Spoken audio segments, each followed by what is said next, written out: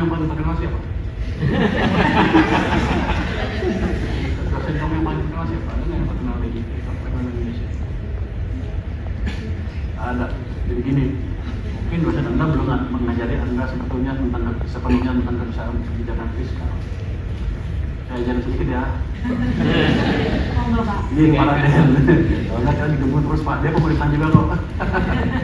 Jadi utang itu tadi saya bilang kan fiskal untuk kontrasiklikal kan, kalau itu kalau lebih cepat bisa direm sedikit, dinaikin pendapatan pajaknya, dia bisa diturunin atau dibuat surplus.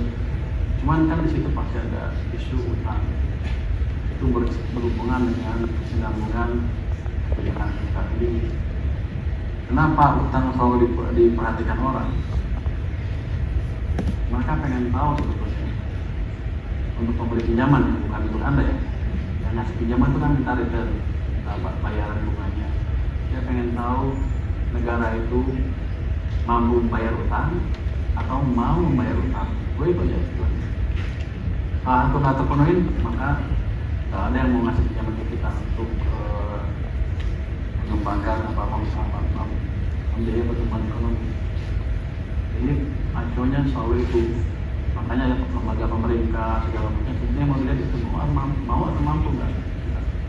Begitu kita dianggap salah satu nggak masuk, maka fiskalnya dianggap tidak berkesinambungan. Karena tidak kampanye nggak berkesinambungan. Ya kalau Anda lihat kita boleh utang apa enggak? Bayangkan dua perusahaan, satu perusahaan revenue-nya 1 juta, satu lagi 100 juta. Kalau yang perusahaan 1 juta tadi pinjam 1 juta, ngepet kan bayarnya, hampir pasti bank susah dia. Tapi kalau yang 100 juta pinjam 1 juta sama nominalnya, tapi 1/100 kan dari kekayaan dari income-nya kita. Jadi makanya terlihat acuan ada rasio utang ke PDB, yang kedua rasio defisit ke PDB. Itu sebetulnya di ilmu ekonominya nggak ada hitungan yang pasti berapa sih suatu negara bangkrut apa enggak. Tapi mereka pakai rasio-rasio itu sebagai pegangan. Dan yang acuan yang paling dianggap paling ketat sekarang di Eropa, apa yang disebut Maastricht Treaty, dari itu keluarlah rasio defisit ke PDB nggak boleh di atas 3%, rasio utang ke PDB nggak boleh di atas 60%. Kita berapa sekarang? Rasio defisitnya dibuat 3%, dipaksa dibuat 3% terus, jadi kita akan melanggar itu. Utang ke PDB-nya 40% dan sedikit karena kemarin membiayai krisis COVID.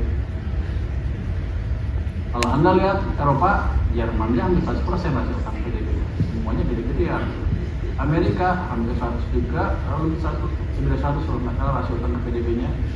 Defisitnya sekarang hampir 6% per PDB. Jadi acuan-acuan yang dianggap ketat yang dibuat oleh mereka langgar semua.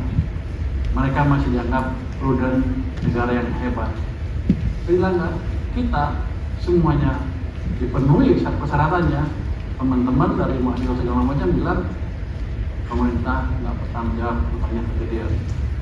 Jadi kalau mau lihat, Anda lihat referensi dunia seperti apa, kita seperti apa, dan kita memastikan kita tidak akan mengeluarkan utang atau membuat kebijakan fiskal yang membahayakan generasi muda kita ke depan. Oke, jadi